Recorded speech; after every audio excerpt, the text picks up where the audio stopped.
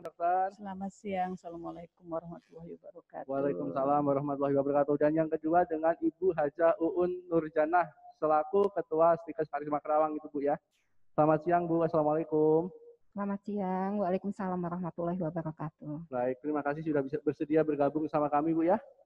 Baik teman-teman, pada kesempatan hari ini seperti yang kita ketahui bersama bahwa tema kita hari ini adalah cara meminimalisir resiko COVID-19 pada penderita penyakit penyerta atau komorbid. Jadi bagaimana caranya, misalnya kita tuh harus supaya kalau misalnya kita sudah mempunyai riwayat penyakit yang sudah kita derita, kita meminimalisir lagi sehubungan dengan keadaan saat ini yang memang lagi pandemi, yang lagi memang di mana-mana kita merasakan bahwa penyakit corona atau coronavirus itu di mana-mana tersebar ya, dan bagaimana caranya, tips-tipsnya kita nanti akan kupas tuntas dengan narasumber kami, dan juga tentunya teman-teman juga bisa mendapat update nih hari ini dengan layanan atau prodi-prodi atau apalah keunggulan tentang Stikes Karisma Karawang yang nanti akan disampaikan oleh Ibu Haja Uun ya.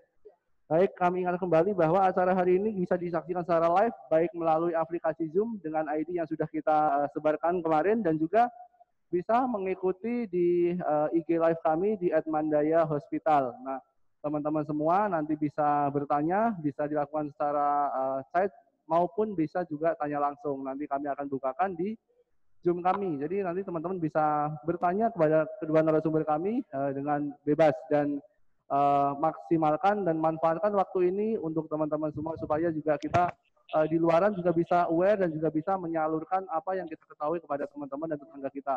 Yang saya yakin bahwa pastinya akan berguna karena pengetahuan ini juga tentang corona ya khususnya, kita belum bosan-bosan walaupun sudah kurang lebih berapa bulan Dok ya? Udah 6 bulan lebih kali Dok ya di Indonesia ya Dok ya.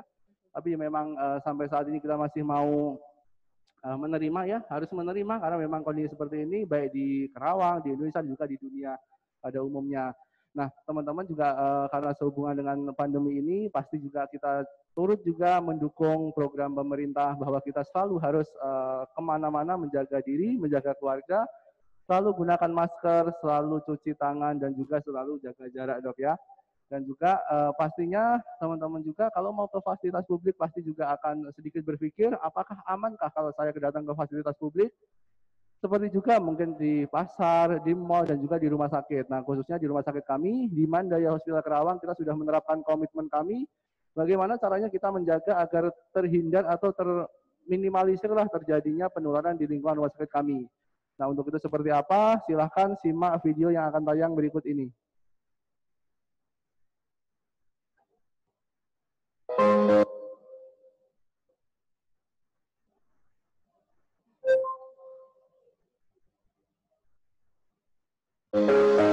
Kami komitmen untuk memberikan perlindungan bagi setiap pasien yang datang, mewajibkan cuci tangan dan pemeriksaan suhu tubuh yang valid. Sebagai pasien atau pengunjung, saya berharap dapat melindungi diri saya sebaik mungkin selama di rumah sakit. Kami berkomitmen mendukung kesehatan pasien, mencegah terjadinya penularan. Kami pastikan Anda dan para pengunjung memberikan rasa aman, tenang, dan aman memanfaatkan pelayanan kesehatan di Mandaya Hospital.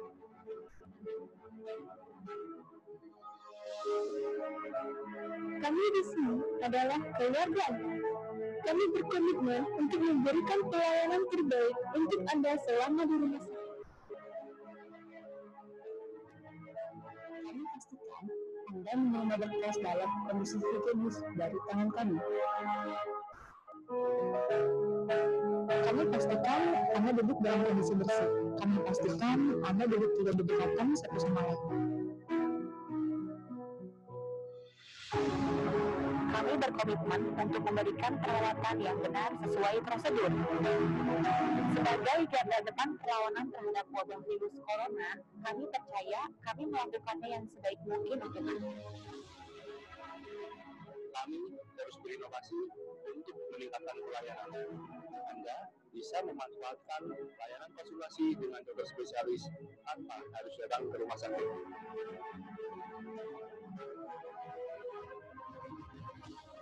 Kami berkomitmen untuk menjelaskan kepada pasien bagaimana cara menggunakan obat secara benar. Kami berkomitmen menciptakan budaya keselamatan pasien bersama kita mencegah wabah corona. Kami satu kesatuan tim memastikan keselamatan pasien akan perawatan kesehatan di Mandaya Hospital.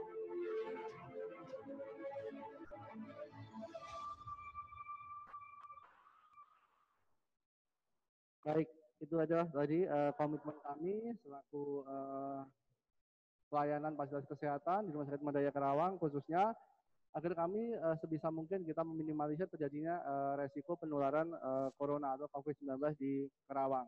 Nah, saya sekarang mau langsung ke narasumber pertama dengan Dr. Nur Hayati. Dok, memang saat ini kan kita udah sebenarnya kita sering bahas, kita sering dengar di mana-mana kita bisa dapatkan informasi. Tapi saya ingin sedikit lagi dok diulas mengenai apa sih yang disebut dengan COVID-19 atau coronavirus itu dok. Ya, terima kasih Pak Abi ya. Kita tidak bosan-bosannya tiap hari ada tayangan di TV COVID tentang COVID ya. Yang tidak bosan-bosannya juga kita mengedukasi masyarakat ya. Di sini saya ulang bahwa infeksi coronavirus atau COVID-19 yaitu infeksi yang mengenai saluran nafas ya, dari saluran nafas bagian atas. Ya, itu ada keluhannya. Biasa kalau udah kena saluran nafas atas, ada nyeri tenggorokan, batuk, pilek ya, bagian atas. Dan bisa juga saluran nafasnya sampai saluran nafas bagian bawah. Ya, saluran nafas bawah biasanya kalau sudah sampai ke paru itu namanya saluran nafas bagian bawah pneumonia. Pasien biasanya sudah ada sesak napas, ya, terus memang sebelumnya juga ada demam, riwayat demam, batuk, bahkan kalau masuk ke saluran cerna dia bisa ada keluhan mencret.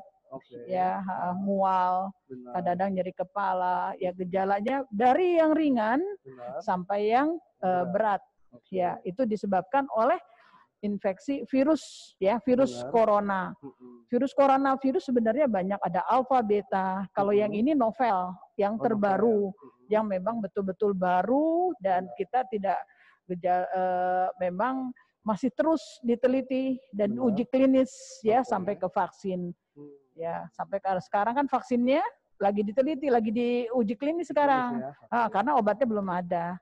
Ya, makanya terus masyarakat, pemerintah juga, ya, terus dengan komitmennya mengedukasi, ya, dengan program-programnya untuk masyarakat taat, ya, taat dan ya kita tidak tahu COVID ini sampai kapan. Dan dimanapun juga kita nggak pernah tahu. Iya, nggak tahu. Ya, kita harus terima bahwa memang keadaan pandemi ini mau tidak mau kita ikut aturan atau protokol pemerintah, ya, dengan protokol kesehatan, ya, yang sering di iklan-iklan, ya, dimanapun kita nggak ada bosennya. Protokol kesehatan dari desinfektan, untuk mencuci tangan, kemudian social distancing, ya seperti itu. Pakai masker, jangan lupa ya dimanapun. Bahkan sekarang kan pakai masker ada denda. Sudah mulai belum tuh ya? Sudah. Tanggal 27. Tanggal 27, ya. Mudah-mudahan dengan adanya suatu apa ya, itu mah perihal ya kampanye lah bagi dari pemerintah, mudah-mudahan kita juga ikut serta untuk mendukung bagaimana caranya ini dapat berlalu, dok ya. Karena kalau kita lihat di Karawang sekarang juga udah kasusnya bertambah, banyak klaster-klaster baru. Ya, klaster daerah mana banyak zona-zona di Karawangnya itu udah zona hitam. Ya. Jadi kalau memang tidak perlu banget kurangin yang tempat-tempat ya berkumpul ya. Sekarang memang kita harus ya. Produktif. Enggak. Soalnya kok yang di kemarin udah saya tanyain semua. Ya. Di Prima yaitu 299. Itu belum admin ya, di admin. Ya. Terus kalau di ICA, grupnya ICA 350. Ya, dan itu mungkin droplet itu menempel lah di beberapa media, mungkin katakanlah kayak mungkin gagang pintu dan segala macam. Tapi kalau saya dengar akhir-akhir ini udah bisa airborne atau udara, itu apakah memang sudah seperti itu atau seperti apa, dok? Memang penularan secara droplet ya. Kalau melihat dari ukurannya yang lebih dari 5 mikron. Ya, jadi kalau droplet itu bisa melayang-layang karena agak berat, ya dia bisa karena itu bisa jatuh dan menempel di area manapun, di benda-benda di sekitar yang didropletkan orang yang terinfeksi COVID. Bahkan sekarang ada dinyatakan airborne. Benar, ya, itu masih dalam penelitian. Airborne bisa saja terjadi loh sebenarnya. Ya, biasanya pada tempat yang padat, ya, terus kerumunan, tempat tertutup, ya, ventilasi yang kurang bisa saja terjadi. Itu bahkan seperti itu. Ya, tapi ini juga tetap masih dalam penelitian. Benar. Ya, masih dalam ini ya. Ada dugaan ke arah sana. Tapi sebenarnya memang ya kembali lagi ke diri kita, Dok, ya, kalau kita memang pengen paling nggak menjaga dari diri kita lah sama keluarga kita, Dok, ya. Sebenarnya kalau kita udah jaga diri kita aja, nggak usah jauh-jauh memikirkan ibarat yang orang lain, diri kita udah aman semua. Diri kita, keluarga kita, ya aman. Dok, ya. Oke, Dok, sekarang kan untuk sekarang juga kita banyak udah lumayan di Indonesia ini ada beberapa kan memang sudah melayani atau apa ya bukan pengobatan juga screening penegakan diagnosa corona itu, Dok. Nah, sekarang sebenarnya kalau untuk kalau kita dengar rapid itu sebenarnya masih digunakan atau enggak sih, Dok? Apakah memang harus swab atau memang sebenarnya rapid itu masih diperbolehkan untuk menegakkan diagnosa corona tersebut, Dok? Beberapa memang rapid itu masih di perdebatan ya, apakah bisa dipakai untuk screening. Ya, biasanya untuk survei ya, survei kita melihat, tapi tetap saja tidak rapid itu tidak bisa berdiri sendiri. Benar, ya, harus yang gold standar itu PCR. Benar. Ya, PCR dilakukan pemeriksaan swab. Ya, di tenggorokan, di hidung, ya. Bahkan sekarang kita mau untuk pemeriksaan swab itu bisa mandiri. Ketika kita mau periksa bisa kita datangin ke rumah sakit, bisa ke rumah sakit. Kita mau datang aja. Kita bisa. Kita mau lihat, kita misalnya habis dari mana, ada keluhan batuk pilek ya, atau tanpa keluhan kita habis dari daerah yang zonanya hitam atau dari zonanya merah, kita ingin periksa ya, membuktikan apakah kita terinfeksi atau tidak. Ya, kita bisa melakukan secara mandiri pemeriksaan PCR itu. Tentunya kita berkonsultasi juga dengan hasilnya ke dokter. Mungkin beberapa rumah sakit juga sudah menyediakan di Kerawang khususnya. Sudah banyak rumah sakit, bahkan rumah sakit swasta juga sudah menyediakan fasilitas untuk pemeriksaan ini, swab test. Berarti memang kalau untuk awal boleh melakukan rapid dulu, tapi kalau memang mencurigai ternyata mengarah positif, ditentukan dipastikan itu dengan swab test gitu, Dok, ya. Memang yang paling simpel dan cepat memang rapid ya, rapid, cuman ada beberapa kelemahannya.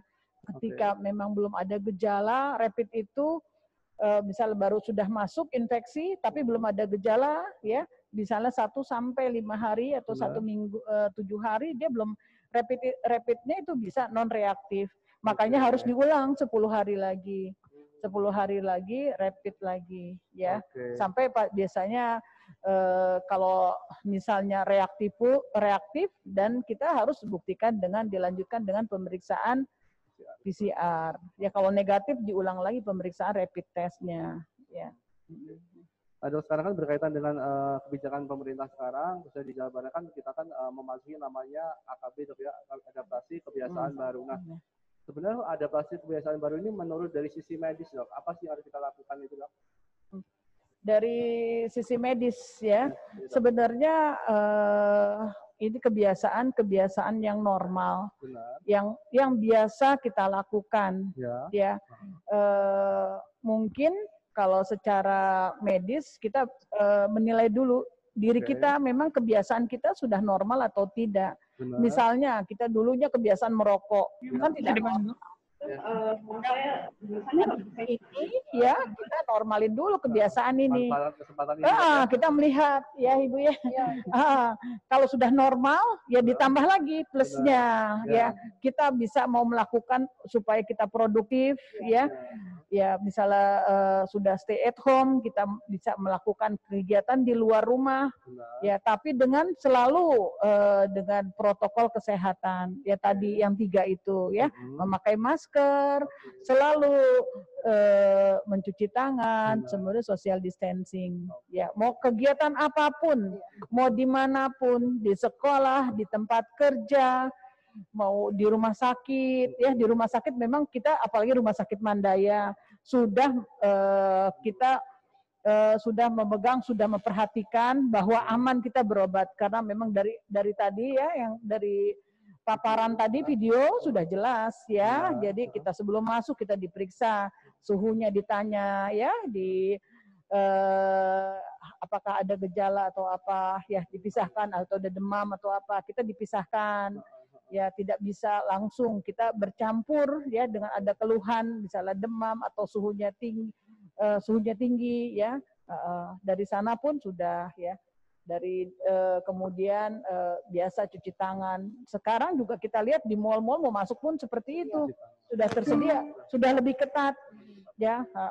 Kan di mal-mal itu kalau kita lihat tuh kita pakai jumlah yang ya, masuk ya, dikendalikan. Jumlah yang masuk dikendalikan sama lamanya di toko aja dibatasi sekarang. Jadi, sekarang kita ngelihat aneh ya, aneh kalau orang nggak pakai masker ya, kayaknya aneh ya sekarang. Ya jadi sekarang orang pakai kembali sama zaman dulu. Masker ngapain sih? Ibaratnya itu kopi itu banget. Iya, sekarang kalau nggak pakai masker iya kayaknya. Oke dok, sekarang kan memang kita ini deh membahas yang masalah penyakit penyerta dok. Dokter kan juga di sini kan sebagai dokter baru, tentunya kan memang dokter yang pertama kali atau mungkin menjadi penanggung jawab pasien yang terkonfirmasi positif corona dok ya. Nah, kalau dari hasil histori dokter yang memang dulu udah beberapa merawat dok ya, sebenarnya penyakit apa sih yang memang benar-benar rawan terjadi apa ya, maksudnya itu penyakit yang paling berat jika sampai dia tuh terkena positif corona dok? Sebenarnya infeksi COVID ini bisa menularkan siapa saja, mau tua, muda, anak, orang tua, siapa saja beresiko untuk terkena infeksi COVID. Ya, cuman biasanya yang produktif, yang banyak terjadi di masyarakat yang usianya muda. Kenapa banyak yang terkena usia muda? Karena yang usia muda banyak produktif kerja di luar. Benar. Ya, tapi kenapa yang lebih berat ya biasanya pada orang tua di atas 60 ya, biasanya sudah jarang terjadi ya, lebih banyak yang produktif, tapi ketika pada usia seperti itu, usia sudah di atas ya, di atas 60 ya, biasanya sudah banyak penyakit-penyakitnya. Ya, jadi infeksinya jadi lebih berat.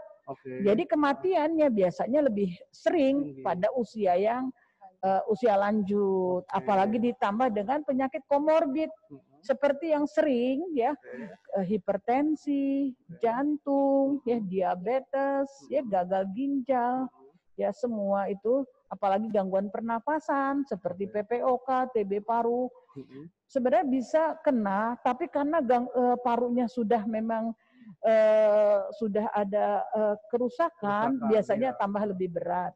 Hipertensi juga seperti itu, jadi bertambah berat. Ya, jadi itulah yang komorbid itu, makanya ketika era sekarang, walaupun dengan komorbid, tetap harus kontrol. Iya, kontrol jantung, kontrol gula darah untuk diabetesnya, hipertensinya, ya. Kalau memang tidak memungkinkan, takut datang ke rumah sakit, di Mandaya juga lagi bisa telekonsultasi, ya. Jadi tidak ada penyakit yang kita komorbid tidak terkontrol, bahkan tambah memperberat. Ya, memperberat. Taunya datang ke IGD, diperiksa lagi COVID. Ya, diperiksa selalu untuk kalau untuk indikasi rawatnya biasanya kan dilakukan dulu, di screening dulu ada atau di COVID. Ya, untuk di Rumah Sakit Mandaya ya. Baik, luar biasa banget hari ini, seru banget perbincangan kita. Tapi habis ini saya juga akan ke jauh nih, kita akan tanya-tanya tentang update apa sih yang di Sutikes Karisma itu. Tapi sebelumnya, seperti tadi yang Dr. Nur sampaikan bahwa sebenarnya kita ada ada masa-masa pandemi ini memunculkan kita banyak ide dan banyak terobosan sih. Nah, seperti dilakukan oleh Rumah Sakit Mandaya Kerawang bahwa kita bisa melayani berobat hanya bisa di rumah aja, jadi bisa berobat tapi lewat video call. Nah, Untuk lebih jelasnya seperti apa, silahkan tampilkan video yang akan tayang berikut ini.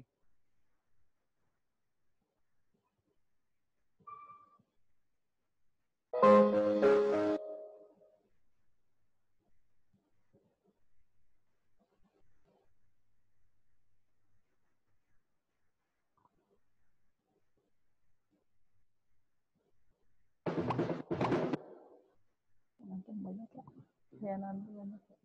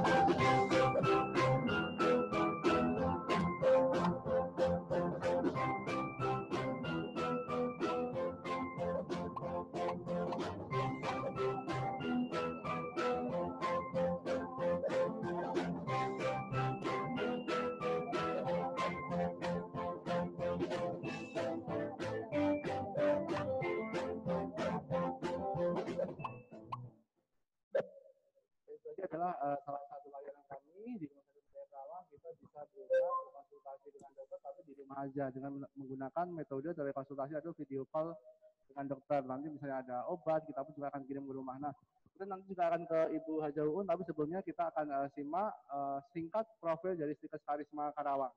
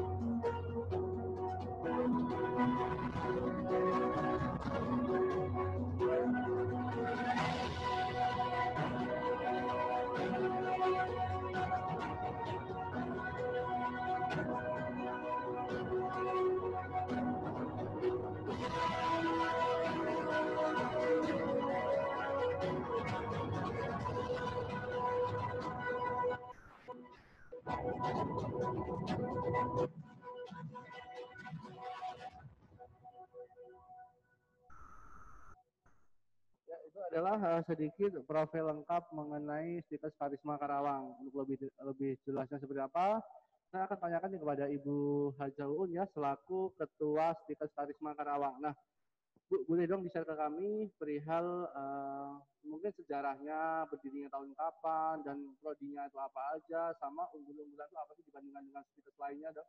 Ya, oke. Terima kasih. Bismillahirrahmanirrahim. Assalamualaikum warahmatullahi wabarakatuh. Terima kasih atas kesempatannya sudah bergabung nih dengan Rumah Sakit Mandaya. Stikes Karisma Karawang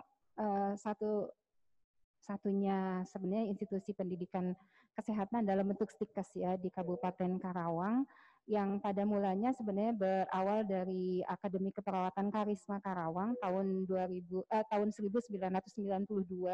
Kemudian tahun 2004 dibentuk lagi Akademi Kebidanan Karisma Karawang, dan pada tahun 2009 kami melebur akper dan akpid menjadi Stikes Karisma Karawang dengan 4 program studi saat itu, yaitu program studi keperawatan strata 1, program studi diploma 3 keperawatan, dan juga program studi kebidanan diploma 3, dan program studi bidan pendidik diploma 4 saat itu. Dan tahun 2014 kami baru membuka kelanjutan dari sarjana keperawatan, yaitu program profesi nurse. Saat ini kami alhamdulillah untuk status kelembagaan kami sudah terakreditasi baik institusi maupun program studi seluruhnya sudah akreditasi B, dan tentunya ini menjadi nilai tambah ya buat lulusan dan sebagai bentuk kredibilitas kami terhadap penyelenggaraan pengelolaan pendidikan. Dan kami juga tentunya memberikan keunggulan-keunggulan bagi para lulusan sesuai dengan visinya bahwa terwujudnya institusi pendidikan kesehatan yang unggul dalam menyelenggarakan pendidikan untuk menghasilkan tenaga kesehatan yang profesional dengan keunggulan. Nah, ini keunggulannya adalah keselamatan dan kesehatan kerja serta kegawat daruratan yang tentunya kita harapkan bisa bersaing di era global. Pastinya. Ya, betul. Berarti memang sudah kalau dilihat dari umurnya sudah lumayan ya, 92 sampai sekarang 2028 ya, tahun ya, betul, Bu? betul. Hampir 4.000 lulusan yang sudah kami hasilkan. Jadi alhamdulillah mungkin penyebarannya hampir seluruh rumah sakit di Kabupaten Karawang dan juga sekitarnya, bahkan sampai ke luar negeri juga lulusan kami ada yang bekerja di sana. Yang apalagi kami juga memberikan keunggulan keselamatan dan kesehatan kerja, Dok. Jadi tidak hanya sebatas di rumah sakit atau di pelayanan kesehatan lainnya, tapi juga di perusahaan-perusahaan, ya terutama di klinik-klinik perusahaan, karena memang kami memberikan keunggulan keselamatan dan kesehatan kerja yang bersertifikat Hiperkes, ya yang tentunya itu menjadi salah satu syarat untuk diterima sebagai tenaga kesehatan di klinik perusahaan adalah harus bersertifikasi K3 gitu. Itu jadi keunggulan kami. Dan tentunya keunggulan yang lainnya tentunya dari bahasa Arab, bahasa Inggris, tentu muatan lokalnya kami tambahkan SKS-nya. Iya, dan tentunya kami juga memberikan keunggulan dalam hal pendidikan karakter, karena itu menjadi hal yang penting ya, bagaimana kita menumbuhkan karakter kinerja, karakter mental bagi para lulusan, ya, kemudian juga bagaimana kita menumbuhkan kompetensi bagi mahasiswa, baik itu kemampuan dalam hal komunikasi, kemudian kemampuan dalam hal kolaborasi, kerjasama, dan juga bagaimana menumbuhkan mereka untuk bisa berpikir kritis. Dan yang paling penting lagi tentunya karena sekarang ilmu selalu berkembang, tentunya wawasan berpikir harus ditumbuhkan, bahwa kita tidak cukup dengan hanya apa yang kita ketahui saat ini, tapi kita harus membuka diri, membuka wawasan dengan literasi-literasi yang terbaru, bahkan ya termasuk tidak hanya dalam hal dari buku-buku, tapi kita belajar dari rumah sakit, pelayanan-pelayanan kesehatan yang tentunya perkembangan teknologi kesehatan, penyakit-penyakitnya lebih cepat dibandingkan dari buku gitu. Ya, seperti itu. Iya, betul. Kalau untuk saat ini kan memang saat ini kan hampir seluruh ya, karena memang kondisi ini pandemi, mungkin seluruh Indonesia, mungkin dunia pun kan memberhentikan dengan cara yang konvensional. Nah, dari Karisma ini berarti sekarang seperti apa, Bu, sistem perkuliahannya, Bu? Iya, jadi pada saat umumkan pandemi gitu ya. Jadi saya masih ingat saat itu tanggal 16 Agustus kami langsung persiapan untuk mahasiswa supaya bisa studi di rumah dan tenaga kependidikan maupun dosen juga di rumah, dan tentunya kami harus siapkan segala sesuatunya dengan cepat karena pembelajaran harus jalan ya, Dok ya. Kemudian pengelolaan juga harus jalan. Alhamdulillah walaupun waktunya sangat singkat, tapi kami sangat apresiasi pada seluruh dosen, tenaga kependidikan maupun mahasiswa yang sangat responsif dengan situasi dan kondisi. Kami langsung buat aplikasi apa yang akan kita gunakan untuk tetap berjalannya proses pembelajaran. Jadi aplikasi Google Classroom, Zoom, gitu ya, Google Meet, apapun aplikasi yang bisa membangun pembelajaran supaya tetap berjalan, itu kami laksanakan, dan alhamdulillah mahasiswa itu sangat akomodatif sekali dengan ketentuan-ketentuan terkait dengan pembelajaran daring yang kami laksanakan, sehingga proses pembelajaran bisa kami laksanakan seluruhnya, walaupun dengan berbagai situasi dan kondisi. Ya tentunya untuk pembelajaran yang bersifat ceramah, praktikum, nah ini yang agak terkendala ya, Dok ya, praktikum di laboratorium maupun praktikum di rumah sakit. Tapi kami coba membuat strategi-strategi, kalau skillnya belum kita dapatkan, maka prosedur knowledge-nya yang kami berikan.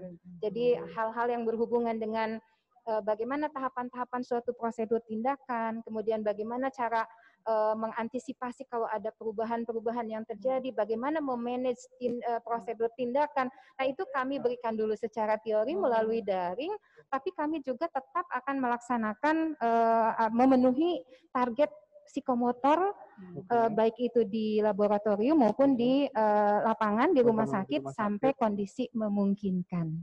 Penerimaan mahasiswa sudah mulai. Penerimaan mahasiswa baru sudah mulai, Dok. Mulai. Iya, alhamdulillah. Jadi walaupun baru masuk sudah melalui itu juga. Iya, kita melalui online. Penerimaan mahasiswa barunya melalui online, dan kita menunggu, mudah-mudahan di awal September kami akan mulai melaksanakan pembelajaran, mudah-mudahan bisa zona hijau. Kalau sudah zona hijau tentu bisa melaksanakan pembelajaran secara offline, tapi tetap kami akan memberlakukan yang namanya metode 4-10, Dok. Jadi 4 hari masuk secara offline di kampus dengan tetap mempertahankan physical distancing. Jadi kita bagi 2 kelompok. Kebetulan kami punya 22 kelas. Jadi kita bagi 11 kelas offline, yang 11 kelasnya online. Karena kelas yang tadinya satu kelas misalnya 40 harus jadi 20 gitu. Jadi 4 hari masuk, nanti 10 hari mereka di rumah, belajar di rumah, 4 harinya libur, 6 harinya online. Jadi insya Allah pembelajaran bisa dilaksanakan secara sesuai dengan rencana, hanya memang strateginya aja yang kita modifikasi. Dan untuk yang bersifat psikomotor yang hubungannya dengan ke pantum gitu ya, atau nanti ke pasien, ya kita harus bersabar menunggu situasi yang memungkinkan. Tapi pada prinsipnya kami tetap akan komitmen semua capaian pembelajaran mahasiswa, baik itu yang bersifat kognitif, afektif maupun psikomotor, itu harus tercapai secara tuntas. Gitu. Kalau yang praktek ke rumah sakit masih, Ibu? Kalau ke rumah sakit otomatis, Dok, dari tanggal bulan Maret, ya tanggal 16 Maret itu sudah tidak bisa lagi sampai sekarang, dan kami juga sudah ke rumah sakit sepertinya belum memungkinkan untuk dilaksanakan. Iya, seperti itu. Oke, Bu, kalau untuk di kantor banyak prodi, yang sebenarnya yang favorit apa sih, Bu? Kalau untuk favorit sebenarnya semuanya favorit ya. Iya, karena ada prodi keperawatan maupun prodi kebidanan, karena punya spesifikasi masing-masing ya. Keperawatan dan kebidanan. Awalnya memang keperawatan, Dok. Kami berawal dari keperawatan, dan alhamdulillah sampai saat ini sudah banyak lulusan-lulusan yang sudah dihasilkan. Dan mungkin perlu kami sampaikan juga ya Pak, mungkin dalam kesempatan ini, kebetulan pada tahun 2019 kemarin bulan Juni, ada perpindahan alih kelola status kelembagaan dari yang tadinya Yayasan Pendidikan Karisma 92 Karawang. Saat ini kami berada di bawah Yayasan Triputra Persada Horizon Education. Ya, dan ini kami kerjasama juga dengan Pinma Education, Dok, di Filipina, dan jejaringnya Myanmar dan Indonesia itu. Jadi Filipina, Myanmar, Indonesia ini yang pertama itu kami di Karisma. Iya. Jadi insya Allah jejaring kita tidak hanya dalam negeri tapi juga sampai ke luar negeri. Iya, seperti itu. Oh iya, betul. Sangat terbuka luas untuk pertukaran pelajar, kemudian juga bekerja di luar negeri. Karena sebenarnya untuk kesempatan bekerja di luar negeri untuk tenaga kesehatan sangat terbuka luas, terbuka luas. Hanya bagaimana kesempatan itu diambil atau tidaknya oleh lulusan. Gitu itu. Kalau kesempatan sih sangat luas, apalagi Strata 2 belum, Dok, baru sampai ke profesioners. Mudah-mudahan ke depan ya, Dok, kita bisa menyelenggarakan. Mudah-mudahan Karawang itu lebih lengkap. Amin.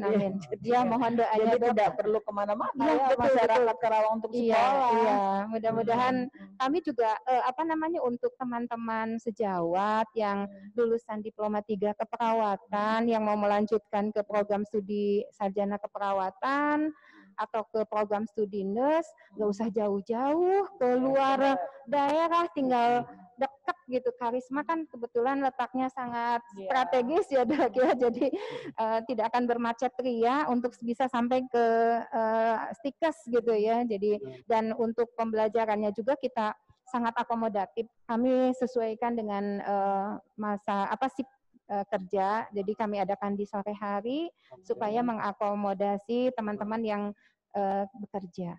Iya. Ada dua ini Bu ya, ada dua apa ya? Ada dua program. Dua program Ya. ya, ada yang reguler sama Ya. ada yang Non-reguler. Ya, yang dari lulusan diploma 3 keperawatan atau lulusan sarjana keperawatan yang sudah bekerja dan melanjutkan ke nurse. Ya, betul, betul. Simpel dan fleksibel sih Bu ya. Iya, iya. Betul, betul. Baik, nanti saya akan lebih dalam lagi untuk tanya tentang Stikes Karisma, tapi sebelumnya saya pengen ke pertanyaan teman-teman semua nih yang udah menyaksikan ini. Yang pertama dari Ibu Marliana Rahma. Oh ini berarti ini kakak yang izin bertanya, saya Mada dari Stikes Karisma Karawang, bagaimana dan berapa besar resiko penularan di ruangan ber-AC? Terima kasih. Mungkin ini penularan corona Dok ya, kalau misalnya di ruangan ber-AC itu apakah lebih tinggi atau mungkin seperti apa Dok? Ya, tadi sudah dijelaskan bisa saja penularan dalam ruang tertutup, kemudian ventilasinya tidak ada outdoornya, ya. Jadi untuk yang ber-AC, ya, ketika ada yang terinfeksi bisa saja jadi airborne. Ruang tertutup, apalagi di dalam ruangan itu banyak orang, maka itu resiko airborne bisa saja terjadi. Makanya ketika kita ada ruangan, ketika ada jendela, ya, ventilasi kebuka ya lebih baik. Ketika itu di tempat umum atau di tempat makan pun kita lebih bagusnya yang di luar. Tetap harus perhatikan selalu. Ya protokol mau melakukan sesuatu kita harus ya cuci tangan, nggak bosen-bosen. Ya, seperti gitu. Jadi hand sanitizer tuh harus sudah ada selalu sedia. Walaupun disediakan di rumah gitu. Terus ada juga memang misalnya kita ada sekarang udah banyak ya bagaimana kita memakai masker, ya, membuang masker, yang kita pakai ini bagaimana ya maskernya, caranya. Ya, jadi jangan sampai kita pakai masker, apalagi masker kain, dia masih basah kita masih tetap pakai. Biasanya kita kalau pakai masker kain 3 jam kita ganti. Ya, terus melipatnya juga menyimpannya hati-hati. Jangan sampai kita udah pakai masker tapi cara melepaskan maskernya atau penyimpanannya setelah kita pakai taruh sembarangan, apa itu jadi ketika bukan jadi ini lagi bisa kecerobohan ya, sama juga kayak petugas nakes kan. Petugas nakes ketika kita tidak benar-benar kita sudah pakai APD yang lengkap, tapi cara membuka APD-nya yang tidak benar itu bisa jadi sumber penularan, sumber infeksi. Ya, secara karena kita musuh kita ini kasat mata, nggak kelihatan. Ya di sekeliling kita habis megang-megang apa, kita jangan tangan kita tuh megang mata, jangan latah, megang sana, ya, megang kucek-kucek mata, terus hidung gitu gatel, ya. Kecuali jangan kita pastikan bahwa memang tangan kita memang memang bersih, ya, memang sudah bersih, ya. Berarti mungkin ya tadi siasatnya kalau kita di ruangan ber-AC ya seperti juga diterapkan di ya, kita pakai masker. Ya. Kita pakai masker sama kita mengurangi kuota Bu ya. Misalnya kuota. Yang tadinya satu kantor 6x6 muat berapa 10 orang tinggal mungkin di 5 orang. Kalau saya sempat dengar tuh kalau orang bersin itu sampai dengan 8 meter tuh memang benar ya dropletnya tuh. Apa seperti apa sih Dok sebenarnya? Kalau COVID ya biasanya kalau tanpa masker biasanya 1 sampai 2 meter. 1 sampai 2 meter. Satu jangkauannya. Ya. Nah, kalau untuk COVID tadi kan kalau misalnya nempel di meja kayak di meja itu bisa bertahan sampai berapa? Sampai beberapa jam. Jadi memang ada yang di aluminium, di kardus, di bahan beda-beda. Ya di udara bisa sampai 2-3 jam. Ya kemungkinan kekuatannya kadang-kadang bisa nempel juga sama di benda stainless, beda-beda ya. Seperti itu. Deh. Yang pasti intinya mereka tuh bisa hidup di benda mati ya Bu Dok ya. sebenarnya hidup kalau sudah kena mukosa, kalau itu menempel, kita bisa jadi terinfeksi. Kita misalnya kita habis megang benda meja atau apa, kita ke mukosa mata, bisa mukosa hidung. Ya dia tempatnya itu tempat hostnya. Jadi untuk berkembang, jadi nanti terinfeksi, jadi penyakit ya, jadi terkena COVID. Ya, kalau memang dia tempat benda mati, kena matahari misal tuh bisa mati gitu ya. Baik, ke yang kedua dengan Bapak Denny Nata Direja, bagaimana kita tetap menjaga konsisten protokol kesehatan sedangkan orang lain tidak? Mungkin ini motivasi dok. Kita udah menjaga, udah pakai masker, tapi begitu ketemu orang di jalan enak banget nggak pakai sepeda motor, nggak pakai helm, nggak pakai masker, itu bonceng 3. Paling tidak kita perlindungan untuk diri sendiri, dulu. Mulai dari diri sendiri, kita disiplin. Kita tidak tahu di luar itu sakit. Kadang-kadang yang di luar sebenarnya sakit tanpa keluhan, dia menularkan. Ya, makanya banyak ditemukan klaster-klaster dalam sekeluarga. Bisa bapak, ibu, ya, tetangga yang berhubungan ada satu desa atau beberapa desa sampai diisolasi. Makanya di tracing, ya, di tracing desanya kalau yang itu dilihat yang pernah kontak dengan siapa. Semuanya juga, tapi tergantung imun kita. Makanya kita tetap menjaga daya tahan tubuh kita dengan makanan yang sehat, kebiasaan yang sehat. Ya, dengan banyak konsumsi, boleh dengan vitamin, istirahat yang cukup, ya, tidak merokok, pokoknya kebiasaan yang sehat gitu ya, paling enggak untuk menjaga daya tahan tubuh kita. Memang benar-benar kita berada di dengan orang-orang yang kita tidak tahu apakah orang itu infeksi atau tidak, paling selain pakai masker dengan kondisi fit tubuh kita gitu. Oke, Bapak Ibu, teman-teman semua, silakan yang mau nanya sampaikan ke aplikasi Zoom teman-teman semua. Bisa melalui chat juga bisa tanya langsung, silakan ditulis tanya langsung, nanti kami akan menghubungin teman-teman semuanya. Dan juga kalau misalnya mau lewat Instagram, silakan disampaikan di @mandaya_hospital. Nah, sekarang saya ke selanjutnya, Dok. Dari Bapak Muhaimin. Kenapa COVID-19 di Indonesia belum terkendali terus? Kriteria zona berdasarkan apa dan siapa yang punya kewenangan menentukannya, Dok? Ini mah lebih ke tim gugus tugas. Boleh, Dok. Biasanya kita ada tim gugus tugas nasional, kemudian kita punya gugus tugas ya Kabupaten Karawang. Ya, di situ ada zona-zonanya, ada banyak parameter-parameternya. Berapa jumlah COVID positif, ya, positif. Sekarang ada COVID konfirmasi positif, probable atau suspek. Ya, itu ada hitungannya, ya, untuk menentukan zona hitam. Biasanya kalau banyak yang terkonfirmasi positif, zona hitam. Kemudian zona merah, ya, zona kuning, zona hijau, zona biru. Biasanya sebenarnya AKB itu kita sebenarnya sudah zona yang udah melewati, udah normal. Sedangkan kita sekarang zona hitam, tapi di luaran masih banyak yang tidak sudah AKB ya.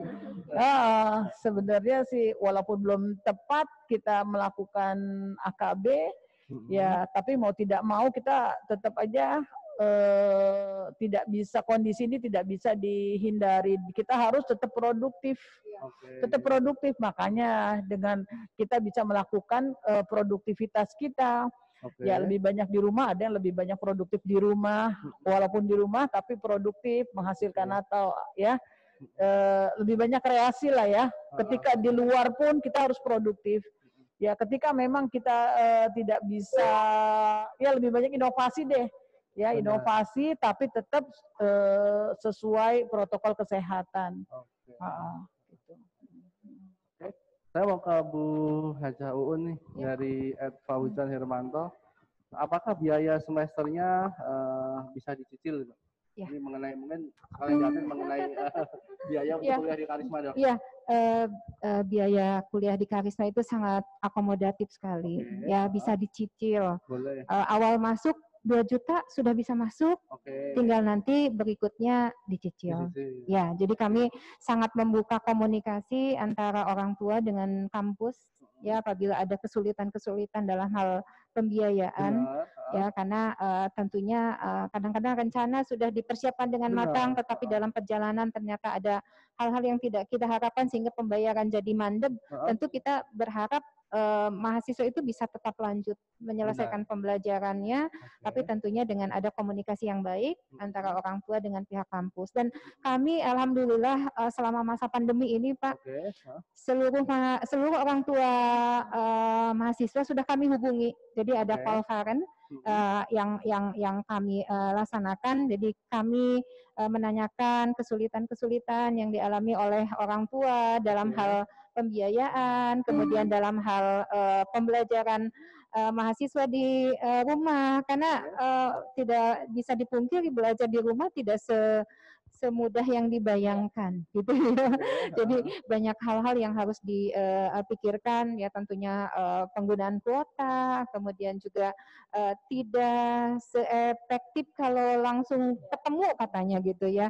Sehingga kami pun dari institusi harus berpikir kreatif bagaimana membuat strategi pembelajaran yang efektif, efisien, walaupun kita belajar daring, tapi capaian pembelajaran bisa dicapai dengan baik. Gitu. Sesuai dengan waktu yang memang sudah dilakukan dari awal. Iya, jadi silahkan untuk bergabung dengan Stikers, gitu ya. Jadi kami sangat memahami situasi dan kondisi yang ada.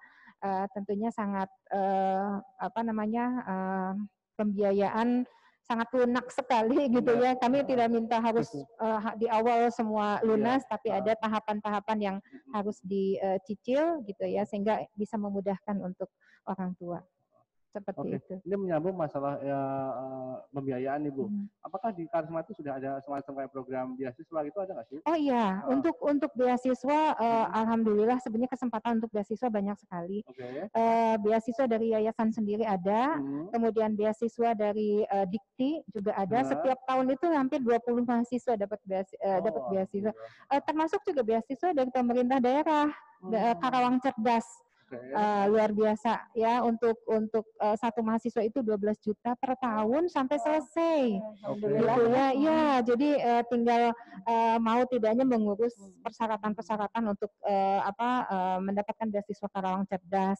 Dan untuk mahasiswa-mahasiswa yang dalam prosesnya ada kesulitan, kami juga kerjasama dengan Dana Cita, Dana Didik gitu ya, untuk bisa memfasilitasi orang tua yang mempunyai kesulitan pembiayaan gitu. Jadi banyak solusi yang bisa kita berikan kepada orang tua supaya bisa tetap mengantarkan putra-putrinya lulus dari program pendidikan di Stikers Karisma Karawang.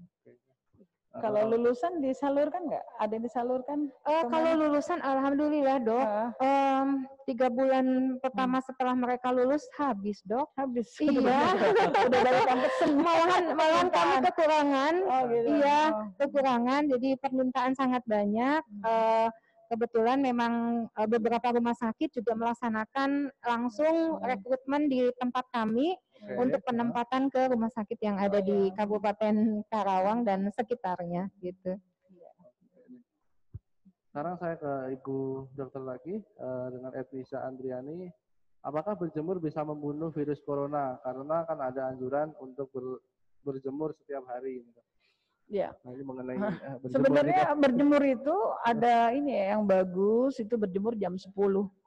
Ya, berjemur 10. Sebenarnya tidak tidak membunuh sih ya.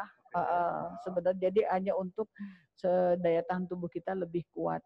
Ya, gitu. Jadi kalau misalnya di luar itu yang bagus, takutnya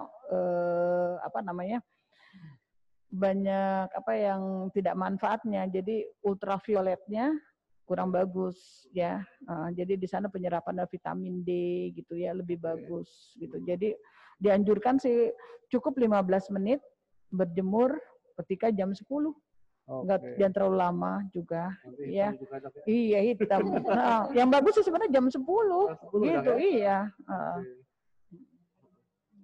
Baik, terima kasih Dok. Ini untuk Ibu Uun dari M. Fajrilah Fadilah.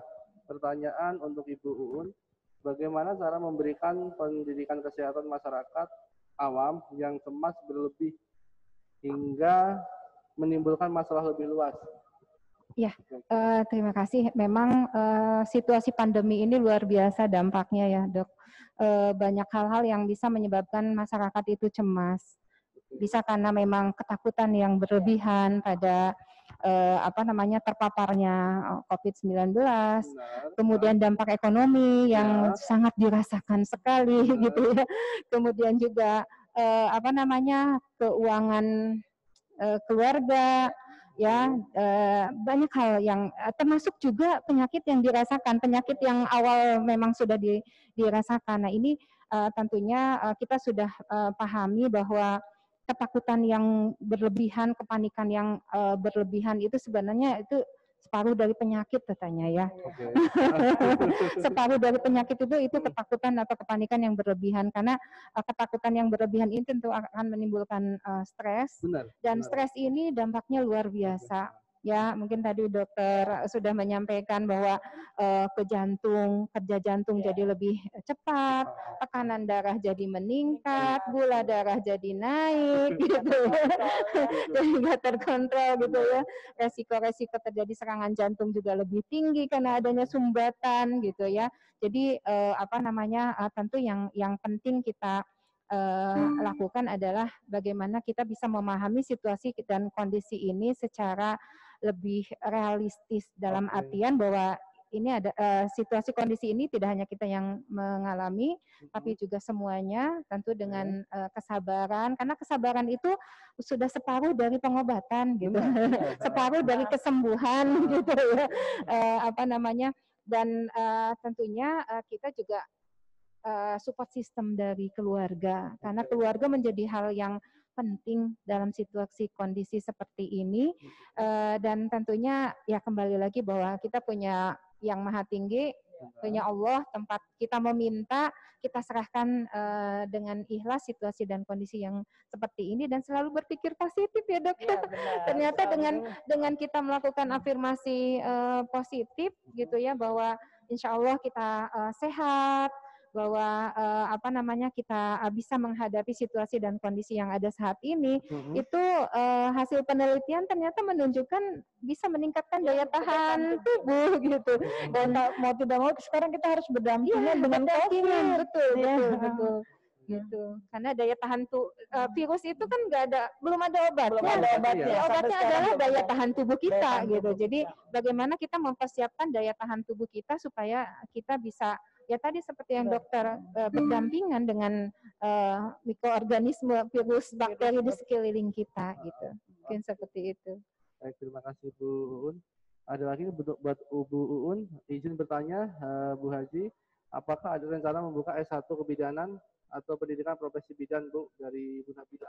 Oh iya, tentu ke depan kita akan mengembangkan jenjang pendidikan.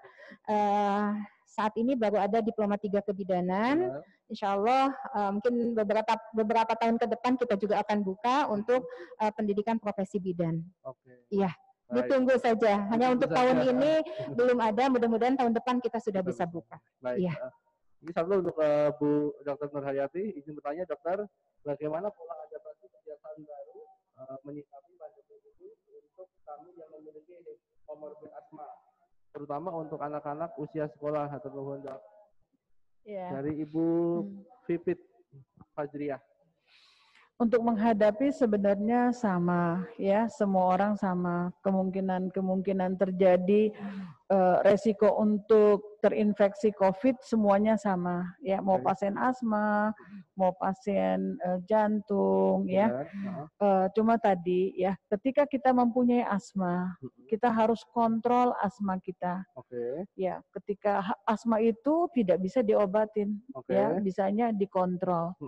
Ya, tentunya harus konsultasi ke dokter bagaimana cara mengontrol asmanya. Karena apa? Yang namanya COVID itu kalau sudah terinfeksi ke saluran nafas, bahkan sampai ke alveol, saluran nafas yang paling kecil, tempat terjadi pertukaran udara, ya, dengan adanya komorbid misalnya asma yang tidak terkontrol dia akan tambah berat. Begitu juga pada perokok, pasien-pasien dengan obstruksi saluran nafas seperti PPOK itu juga akan memperberat penyakitnya ketika infeksi COVID itu masuk gitu. Ya, untuk yang mempunyai penyakit apapun, penyakit komorbid, ya mau asma, gejala PPOK atau hipertensi, jantung, ginjal, tetap mengontrolkan penyakit komorbidnya. Konsultasikan, tetap pengobatan dilanjutkan, ya, dikontrol, ya. Kalau bisa tetap patuhi protokol kesehatan, ya. Kita mencegah lebih baik, ya, daripada kalau sudah berat, ya, kita udah punya penyakit, ya, apalagi faktor-faktor yang usia lanjut, ya, akan berat lagi. Gitu. Karena menyesal itu datangnya belakangan. Ya. Baik, terima kasih dokter. Kita juga udah menunjukkan jam 3 lebih. Mungkin kita harus mengakhiri pertemuan kita pada hari ini. Tapi sebelumnya saya mau ke Ibu Uun. Bu, kalau kira-kira dari Karisma ini nanti ke depannya mau seperti apa, Bu? Mungkin mau mengembangkan prodi apa lagi, terus mau seperti apa? Kira-kira kurang lebih 5-10 tahun lagi, Bu. Iya, Dokteran kali. Ya, amin, Dok. Iya, tentunya kita tidak statis ya, kita selalu berkembang, jenjang pendidikan yang diploma ditingkatkan ke S1, S1 nanti jadi S2 gitu ya. Kemudian yang tadinya stikes, insya Allah mudah-mudahan bisa jadi universitas. Jadi kebetulan memang di kami saat ini tidak hanya stikes Karisma, tapi juga ada stimik Karisma. Ada beberapa program studi teknik informatika, sistem informasi, gitu ya, komputerisasi akuntansi. Kalau dulu Karisma ketahuinya perawatan. Sekarang sudah ada Stimik sudah dari tahun 1995. Oh, jadi sudah lama, sudah lama. Jadi kita iya, jadi insya Allah mudah-mudahan nanti bisa stikes, stimik bergabung dengan tambahan program studi yang lainnya. Mudah-mudahan nanti jadi universitas itu ya, mohon doanya jadi saja. Kebanggaan Karawang. Amin. Iya, terima kasih Dok. Iya. Oke. Baik, ini terakhir Dok saya sampaikan soalnya cukup baik juga. Ini dari Pak Arif Sarifudin. Izin bertanya Dok, saya Arif Sarifudin dari Karisma. Apakah tes PCR saat ini relevan untuk digunakan?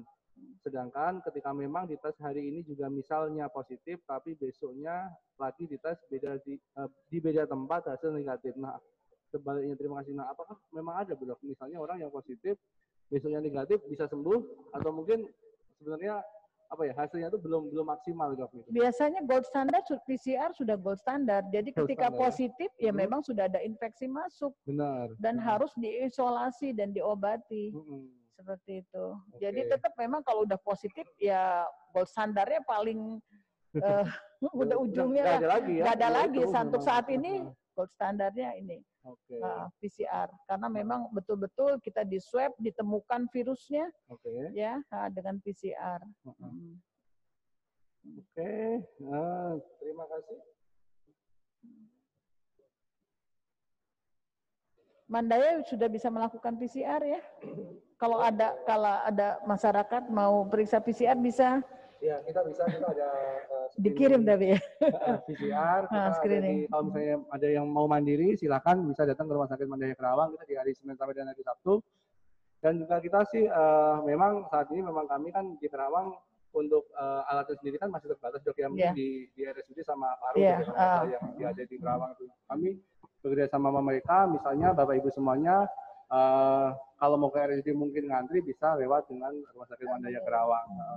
Baik, terima kasih Bu Dokter, terima kasih sama-sama atas waktu dan kesempatannya.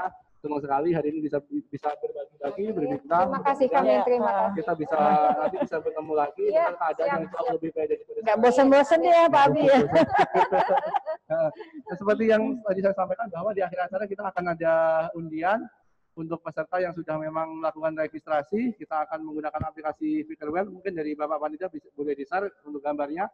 Kita juga mengucapkan terima kasih karena antusiasnya. Hari ini kita tembus dari 150 orang yang registrasi pada acara hari ini. Mudah-mudahan memberikan manfaat apa yang kita sampaikan. Dan teman-teman juga bisa lihat di nanti historinya hari ini di IGTV-nya Rumah Sakit Mandaya Karawang.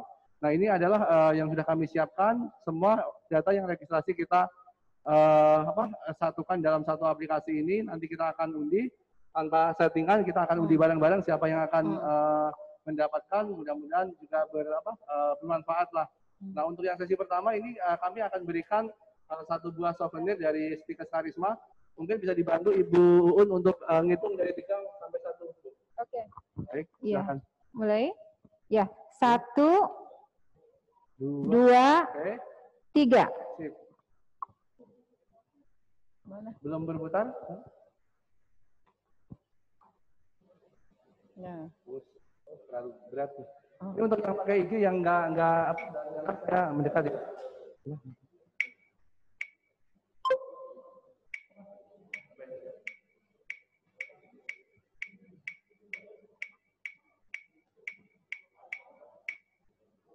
Cepat muter ya. Baik, ini adalah untuk kesempatan yang pertama yang akan mendapatkan satu buah souvenir dari Stikes Karisma. Bagi yang sudah mendaftar, silahkan berdoa, mudah-mudahan mendapatkan kesempatan untuk memperoleh souvenir dari Stikes Karisma.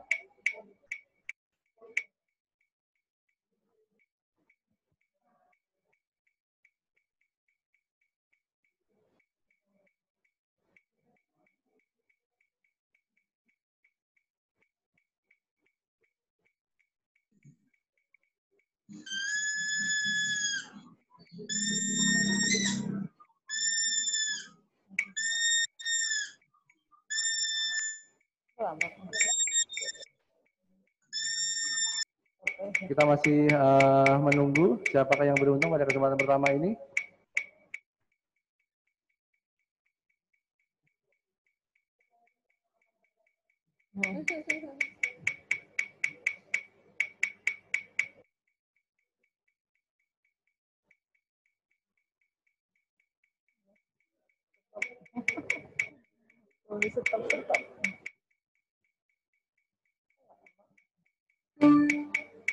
Baik, kita akan lanjutkan, kita akan uji sampai dengan 5, tapi nanti teman-teman bisa saksikan nanti di IGTV-nya Instagram-nya Mandaya, karena memang mungkin kedua narasumber kami sangat sibuk ya.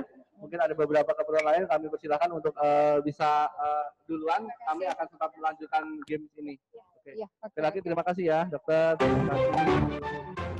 Nah, untuk yang pertama kali, selamat kepada Ibu Sekarlita Cahayani. Untuk yang kedua juga mendapatkan satu buah souvenir kenang-kenangan dari Stikes Karisma. Kita akan undi lagi 3, 2, 1.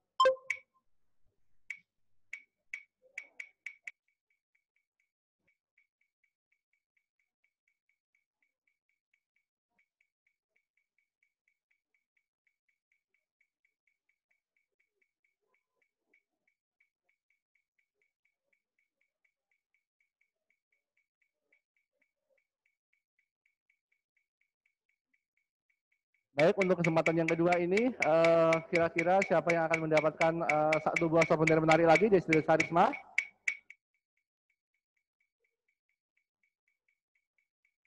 Karena ini terlalu terlalu spesial semuanya, maka kita membutuhkan energi yang lebih, jadi agak sedikit slow. Mudah-mudahan apa yang kita pilih memang tepat pada orang yang berhak mendapatkannya.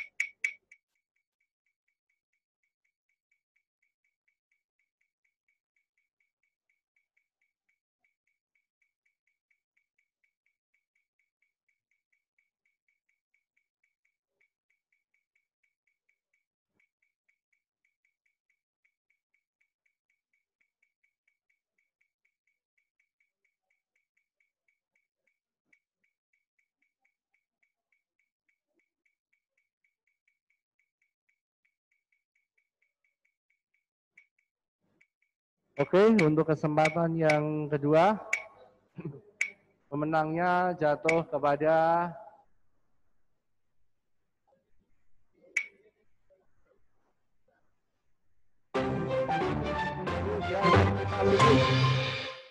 kita lanjut ke pemenang yang ketiga. Dimulai lagi dengan 3, 2, 1.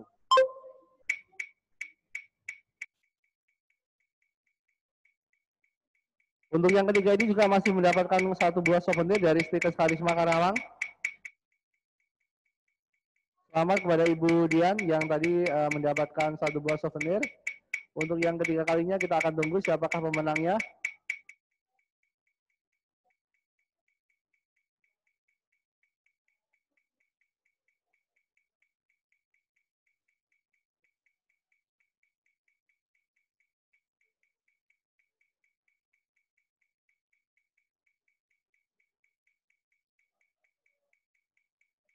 Untuk yang ketiga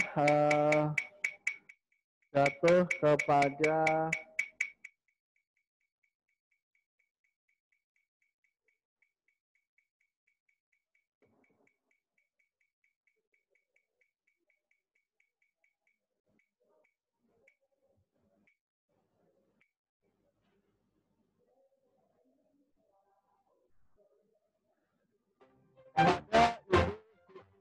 ya. Kita akan coba lagi untuk yang keempat mendapatkan 1 buah souvenir dari Rumah Sakit Mandaya Kerawang. Dimulai dengan 3, 2, 1. Dan juga kami akan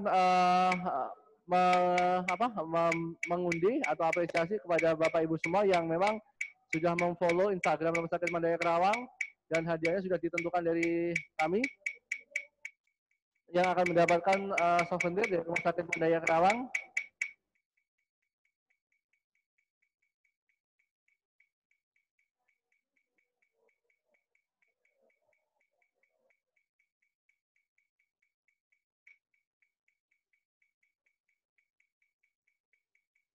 Kami umumkan yang dari yang follow Instagram Rumah Sakit Mandaya Kerawang. Yang pertama, selamat kepada Ibu Tia Sahutri. Yang kedua, kepada @ratnasari Jevita 600. Dan yang ketiga, kepada Siti Novianti 01. Selamat mendapatkan souvenir dari Rumah Sakit Mandaya Kerawang.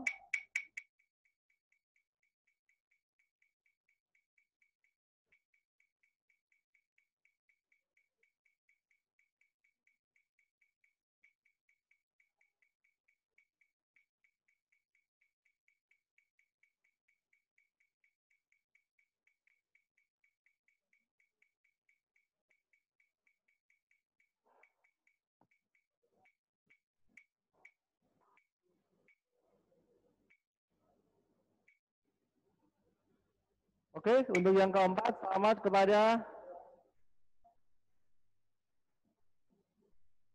Ibu Indrasari. Satu lagi, untuk yang terakhir, kelima. 3, 2, 1.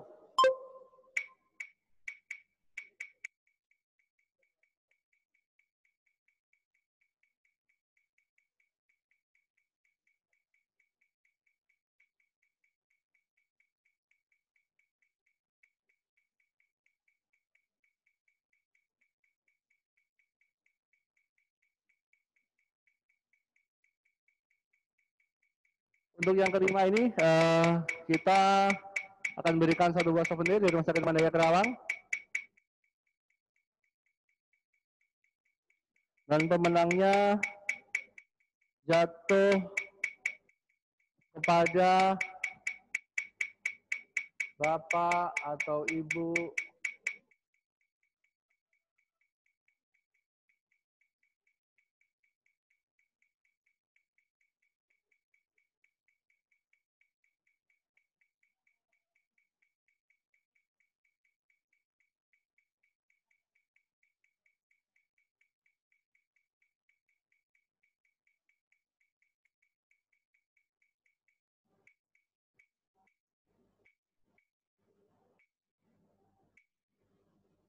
selamat kepada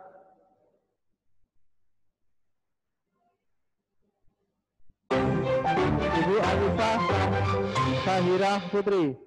Baik, demikian tadi adalah rangkaian acara kami. Terima kasih bagi Bapak Ibu yang sudah menyaksikan acara kami dari awal sampai akhir dan juga teman-teman dari Stikers Karisma. Mudah-mudahan acara ini bisa membawa dampak dan manfaat yang bagus bagi kita semua. Saksikan terus Bincang Sehat bersama Rumah Sakit Medika Kerawang di setiap minggunya, setiap hari Rabu jam 2 sampai jam 3 sore. Kami mohon maaf segala kekurangan. Selamat sore dan wassalamualaikum warahmatullahi wabarakatuh.